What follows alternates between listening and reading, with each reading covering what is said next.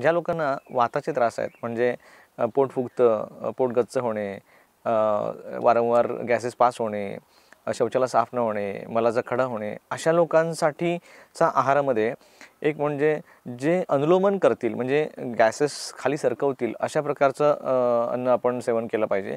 आणि जे मलाचा खडा करतील अशा गोष्टी थांबवल्या पाहिजेत, ज्याच्यात मुख्यत्वे तूप आणि तेलाचं प्रमाण हे योग्य असलं पाहिजे. म्हणजे खूप जास्ती नाही, पण अजिबात बंद करणं हेही योग्य नाही.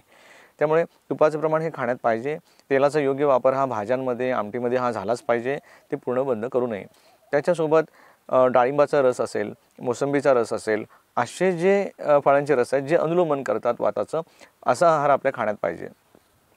विशेषतः ताकाचं सेवन करू नये. नंबर 2, मोड आलेले कडधान्यांचे सेवन जास्त करू नये किंवा करूच नये.